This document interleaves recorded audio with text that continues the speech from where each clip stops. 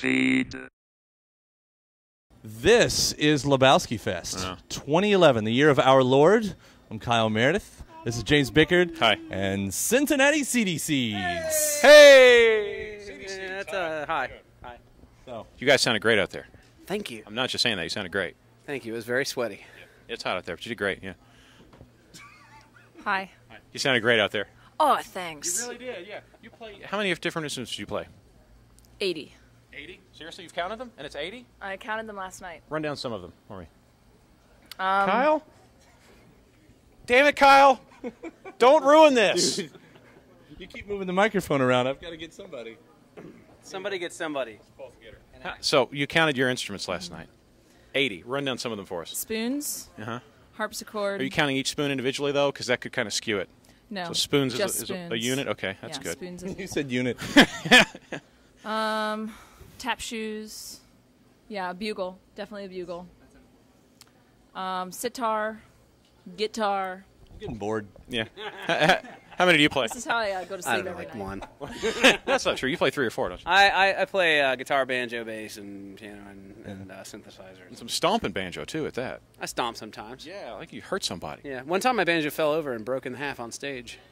Really? Because I was stomping too hard while I was not playing the banjo, and it fell off the stand and cracked in half. Nice. So I was like, That doesn't seem like a made-up story. No, It wasn't actually funny either. I buy that. That's Mike, and Yeah. this is Margaret, and this is Larry. Joe. Joe. Come Joe. on, Kyle. You guys have a new record out. It's great. Is it? Yes. Tell me about this new record. After 6 months of heartache and studio-ness and staying up 28 hours a day, it's the best thing I've ever done with my life. So, Why does it take 6 months? because we're really meticulous. Yeah. Is that true? I mean, because I see Ryan Adams writing songs every day. What's up with you guys? I think probably everyone who's creative approaches their own projects differently, and we have a really process-heavy, like front-end part of writing our music, and we're also we are unwilling to compromise on sound. So when we're in the studio, unless we're getting things exactly the way that we want them, we're not happy, and so it's It takes us a little while to put stuff together. So you're those kind of studio nerds that can never really send the thing off for I mean, not intentionally, yeah. but we figure if we're going to take the time to write it, it should be our vision, and we don't want to compromise on it ever. Right. Ever. Joe, you've been quiet. Come on in here. What do you do? I work at a place with produce. I do that as well as playing the drums. Oh, okay. I was going to say, tell us why we're talking to you then. But do you play the drums? I play Okay. the drums. Yeah. All right. Yeah. Can you bowl for us? Yes. Oh no! Wait, the pin. No, we got it. To conserve energy. There you go. This is a green bowling alley. This is awesome. Now, while she's bowling, and I'm going to jump back in here, if you have multiple control freaks in the studio, does that cause for a lot of Well, see, it's very interesting because you'd think that there would be like this, Guns N' Roses November Rain incident where, Slash would go in and record like 100 guitar tracks, and then he'd leave, and then Axl would come in and record 100 vocal tracks over his guitar tracks, and that's why November Rain took like a year to record. So that's not at all what happens. It just takes a long time to get the sounds that we've already planned. It's not even that we're in there like, I wonder what it would sound like if we did this or that or whatever. We're like, this needs to sound exactly like this. Oh, man.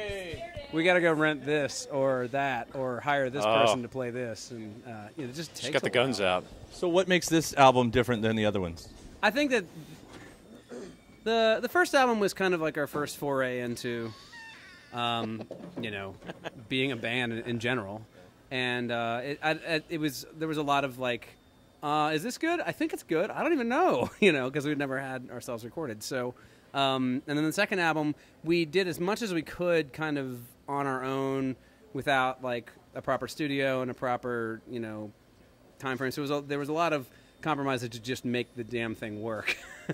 Like, is this microphone working? Okay, sing, hurry, before it stops working, So this time we went to a legitimate studio and spent our time on actually creating the sounds and being creative and not just spending a lot of time on the, I just lost that. Well, I might have deleted that. Shoot. So there was the end product is a lot better because we could spend our time making it sound nice or the way we wanted it to versus just making it work. That's my perspective. Very good. Very good. Your turn. You get to bowl. Well, Yeah. I have an important question for Margaret here. This is something we were discussing outside. So the Disney character of Pluto. Kyle says it's an extraneous, unnecessary character because it's just a dog. I say it's an essential character because it's a Disney dog that walks on all fours, doesn't wear clothing, is true to his genus and species. What say you? Yeah, I always thought that Pluto was a really odd character because all of the other Disney characters presented in that, in that universe were also animals and were, like sentient and, could articulate. And I always thought that it was kind of, sad. He's a sad character.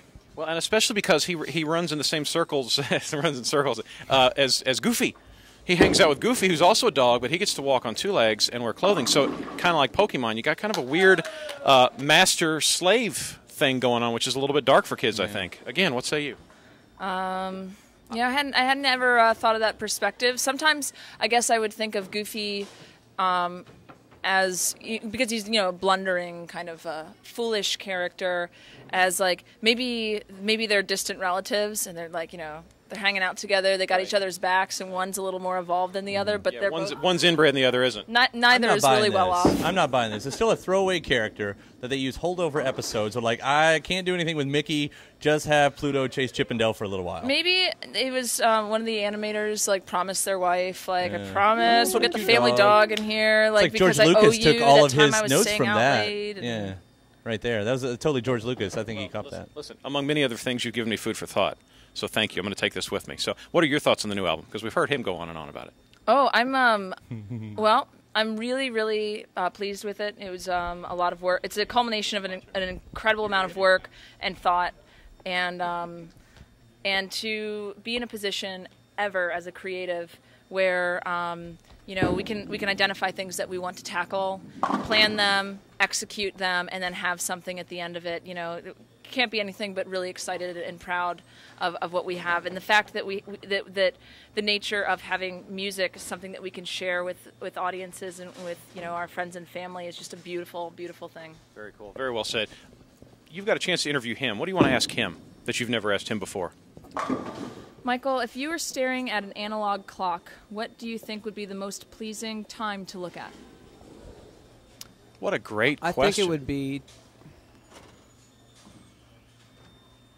Well, I always heard that in furniture advertisements and advertisements for clocks, they always use 250 because the clock hands look like a smiley face. So I think that might be it. Interesting. I was thinking 1010 for the same reason, because it looks like outstretched hands welcoming you in. 1010. 250 probably look exactly the same, wouldn't it? Yeah. Right. Or it could be 5 o'clock, man, because then it's party time. Guys, thank you so much. It has been a great pleasure talking to you. Enjoy the rest of the game. Really nice to meet you. Thanks, you too. Thanks. Cheers. We're done. How do you stop this thing, Kyle?